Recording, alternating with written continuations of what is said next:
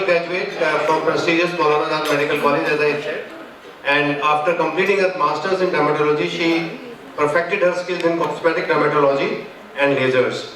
Her center is well equipped with latest lasers and other techniques widely used for body contouring and anti-aging treatments, HIFU, dermal fillers.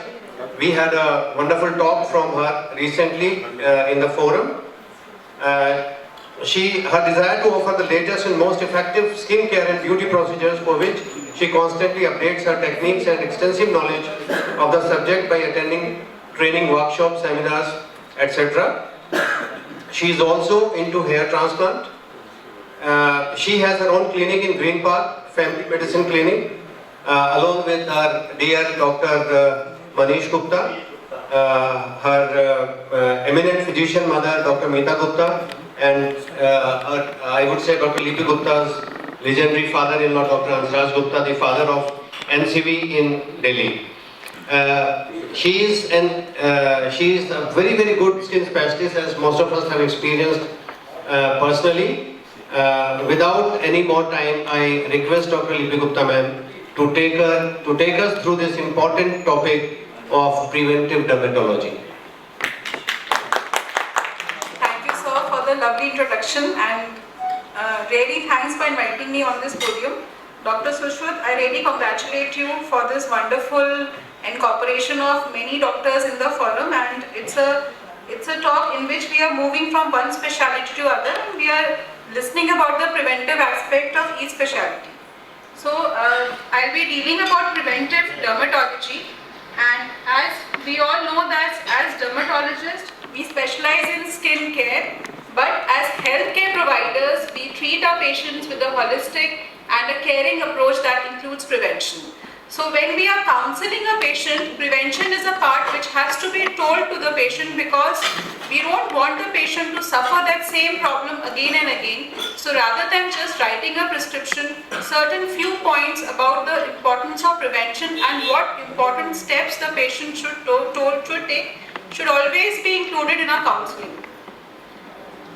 If you have a smoker who comes and you tell the smoker that you are getting fine lines more often and your treatment with Botox and filler is not lasting because of your smoking, that might just be a pointer, and that patient might think of either quitting smoking or at least reducing smoking.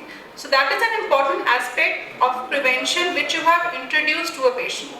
It is also important to understand that when we are counseling a patient, a repeated advice is important to further enhance, and it's important, and to tell the patient about the importance of a specific prevention. Sometimes a single advice or a one-time advice may not be sufficient. Now we have two distinct types of prevention in dermatology. One which is prevention of skin disease, let's say like prevention in cutaneous cancers or prevention in tinea, prevention in viral infections. And then there is a prevention of systemic disorders, some with only very indirect connections to the skin. Why we need to understand preventive dermatology? It focuses on way we can minimize skin problems and enjoy a better quality of life. We have many modalities and a lot of information and more prevention and treatment modalities than which were present before. But even the most informed patients needs guidance. So it's our role as healthcare providers to tell what is important and what preventive steps need to be taken as per the patient's problem. It's a wide spectrum of prevention in skin conditions. Some must say that you just tell us about use of sunscreens because that prevents us from photo-aging and other things. But now there is a sea change because we have understood many dermatology conditions in a much better manner. It ranges from education to use of sunscreens to weight loss in psoriatic patients, avoiding of trigger factors in rosacea, a proper skin care in atopic dermatitis, adoption of a low-fat diet in actinic keratosis and non-melanoma skin cancer. Now to further add on, we have the vaccines for herpes zoster and HPV infection, which Dr. Kalra did stress upon. So this is important against viral infections.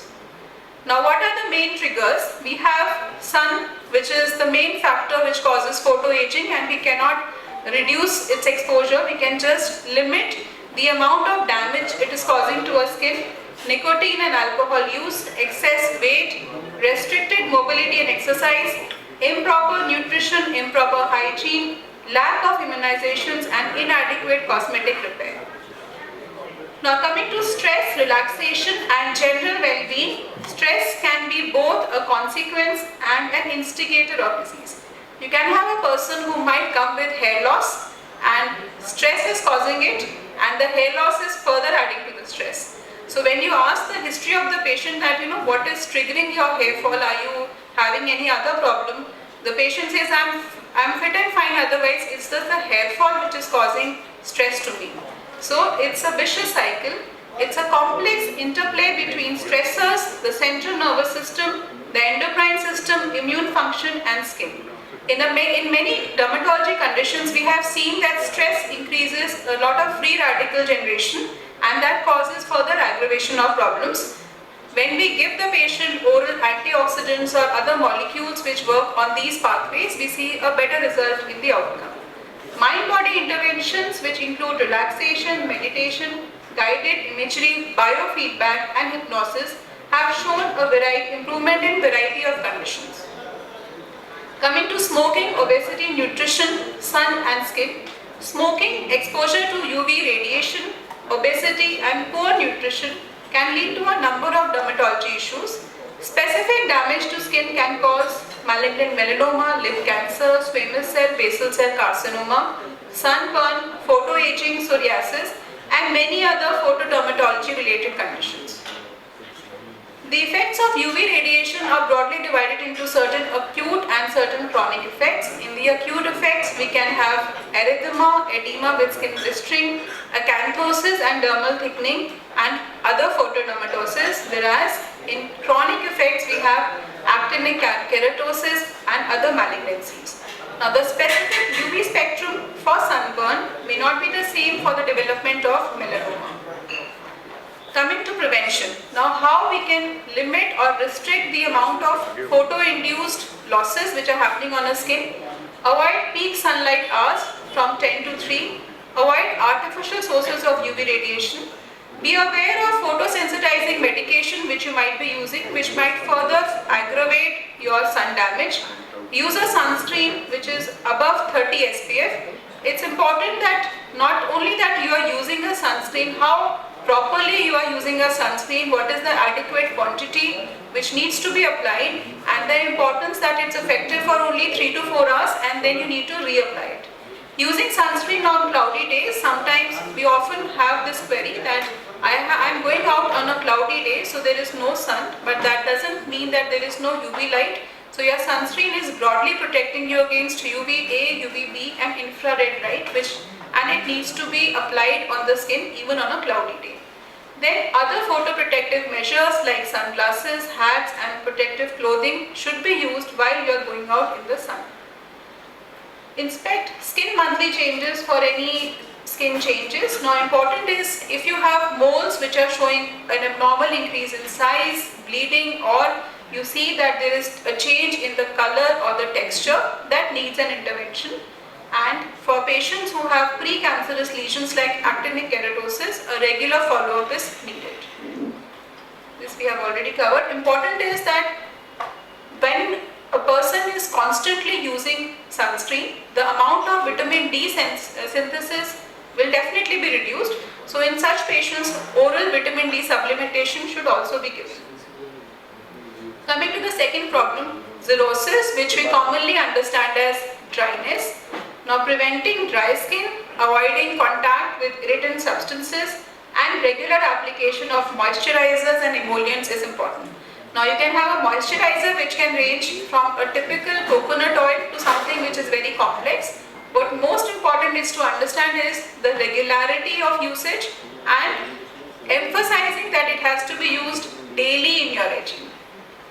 Prevention, daily moisturization is important to take care of dry skin. The best time to apply is immediately after the shower because it traps the moisture and the moisture which is trapped on the skin is able to penetrate inside the skin and hydrate the skin better. Restrict the frequency of shower and The patient should avoid a very prolonged shower, and also using very strong soaps might further aggravate xerosis. So advise the patient to use milder soaps. Decision over the counter moisturizer is based on the effectiveness, cost and ease of application. Now it's important to understand, because you might have a patient who is not able to afford an expensive moisturizer every day. So you can tell the patient to use a coconut oil daily, but use it daily rather than an expensive moisturizer which the patient might not apply in a proper manner. Use gloves when washing dishes or cleaning house. This is specifically important for hand eczema. Wear gloves, socks, hats when the weather is cold for added protection, because cold-induced skin damage might further happen. And humidifiers, which may be helpful in certain cases, but when not used properly, they may not be helpful. Stasis dermatitis. This classically happens because of venous pooling in the legs, and in patients who have either other conditions which might aggravate the venous pooling, it can increase. Now, avoiding venous pooling can be done by physical activity, reducing weight, and prompt and continuous treatment of venous and lymphatic disease. So if the person has a DVT or has any other condition which is aggravating the lymphatic drainage, the problem in the lymphatics, then that should be treated. Prevention of localized xerosis with loss of skin barrier function that leaves the limb vulnerable to dermatitis. Atopic dermatitis. As pediatricians, we all see so many patients with atopic dermatitis, and this problem is increasing much more. We have primary prevention, in which promoting breastfeeding, avoiding food triggers can help. Secondary prevention, in which we treat the disease progression, and in tertiary prevention we try to treat the complications. A huge list, again important. First and foremost, moisturization. Keeping the child properly covered, avoid clothes which create friction, avoid food allergens which trigger allergies. All of these will help in reducing the severity of atopic dermatitis. Patient might be advised to use topical steroids, anti-allergics and oral antibiotics in case the patient has an active infection or has an acute aggravation. But in the maintenance phase, we try and give steroid-sparing agents and topical moisturizers. Psoriasis. This is something which we commonly see as dermatologists. We all understand there is no cure for psoriasis, but now it's important to understand that we can really do something to prevent its progression and try and prevent the patient from going to a systemic therapy, which is by and large of an immunosuppressive medication. Health education. Patient should be informed about the risk and the potential side effects of specific treatments. In patients who have a family history, they should pay attention to their general health and the health of the skin in particular. And the treatment goal should be that we should achieve a longer period of remission, which is free from oral immunosuppressives. Reduce emotional anxiety and stress, which we see as a common trigger in psoriasis. Excess alcohol may aggravate the condition. Also, many of these immunosuppressive drugs are liver toxic, so try and save your liver, because accumulative dose of immunosuppressive medication can cause liver damage and deranged liver function test. It is also important to use moisturizers regularly and avoid medications which can trigger or worsen psoriasis. Contact dermatitis prevention, as I already discussed, first is eliminate allergens, topical creams, emollients or lotions which include steroid preparations which reduce the inflammation, or lubricants to preserve moisture. Avoid constant exposure to hot water and detergents. Avoid doing hobbies which can bring you in contact with the irritants. Wearing protective clothing and gloves, and basically try and avoid use soaps which are softer on your skin. Now coming to a common topic, acne. We all understand acne is a papulopustular disease in which we have lesions of varied kinds on the face and other body parts. There are a wide range of lesions which we can see, which might range from comedones to papulopustules and nodules. Now, how do we prevent acne? First is treat early. We have a combination of oral and topical antibiotic therapy. Importance of hygiene is also important because many a times, especially young teenage boys which we see, they have a habit of not cleaning their face regularly. So here the importance of cleansing needs to be emphasized. The patient should be counseled to avoid picking or popping their acne, which can cause scarring. Wash pillows and towels frequently and clean the makeup well. Also use cleansers which are deep cleaning, avoid clogging of pores. Hair conditioners are oil-based products which we are using on the hair may cause comedonal acne because that might clog the pores. Regular exercise helps you to improve circulation and it basically helps in decreases insulin resistance, so that should be promoted. Avoid aggressive scrubbing of face because it can irritate the existing acne. Molluscum, again a viral infection which we have multiple discrete lesions. Prevention is treat them early. There are different treatment modalities which are available, and early prevention is early treatment will help you in further progression of the disease. Also, it spreads through close contact. So when a person is having molluscum, that person should limit physical contact to other people because that's the route through which it spreads. Fungal infections, the prevention of fungal infections I'd like to discuss. Besides the treatment in which we give oral and a topical therapy, it's very important that the patient should be advised a good hygiene, local care, and to keep the skin as dry as possible. Try and lose weight because friction is an important cause which increases fungal infections. There are other skin problems which happen because of obesities, which include acrocordons, acanthosis, KPs, insulin resistance. Post-COVID, we had a huge number of teenagers and even young children who came with these issues because of lack of physical activity. So these 2 years has taught us how metabolism changed and what manifestations were we were able to see that we were getting even 8 and 9-year-old children with acanthosis nigricans. Now there are certain things which you can do to prevent cosmetic problems, and using or treating a common problem on time can help you avoid visiting a dermatologist. Facial eczema, if a patient has facial eczema, then you should use a proper moisturizer. Now when we come to a moisturizer, it's of a huge range. You can have a very gentle to a very harsh one. So you might end up seeing an Instagram and buying a cleanser which might really damage your skin. So it's important to understand your skin type and treat it or take a skincare regime accordingly. There are other problems which commonly occur: eyelid dermatitis, post-inflammatory pigmentation, and acneiform eruptions. Not to forget, we have nutritional deficiencies which manifest as skin problems. Hypovitaminosis, which causes the change in the skin. Hypovitaminosis B3, which causes castle necklace, scurvy. And the main idea to treat is to have a well-balanced diet along with supplements to ensure a healthy individuals. Now all of these conditions, it's not rare to have a patient in the OPD with having such a disorder. Not to forget, we have genetic disorders which range from epidermolysis bullosa to xeroderma pigmentosa, and now we have a prenatal genetic diagnosis. If a parent is suffering from a specific genetic disorder, mostly the couple goes for a prenatal counseling before at the time of conception. Now the center which is mostly doing it is at Gangaram, and this is commonly done. We have sometimes patients with epidermolysis bullosa who are commonly coming for prenatal counseling. Not to forget drug-induced dermatosis.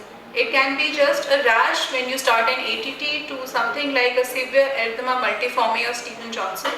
Fixed drug eruption is a common problem which we see because the patient is not aware, the patient has not been told by the previous doctor that there is a drug which is causing these eruptions, and the patient ends up having the same eruption again and again. Then there are other conditions like drug-induced acneiform eruptions which are commonly seen especially with steroids and ATT. Vaccination, we already discussed, I think Dr. Kalra covered it well. Now it is the most in thing is the vaccination for HPV and herpes. Thank you. Thank you, Dr. Lipy, for a wonderful talk. And skin is always very difficult to understand with all the UV rays, infrared rays, and so many things.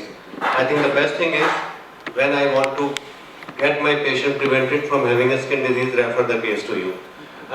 If there are no more questions, I think, and since we are under stress for time, I would now move on to a very important talk.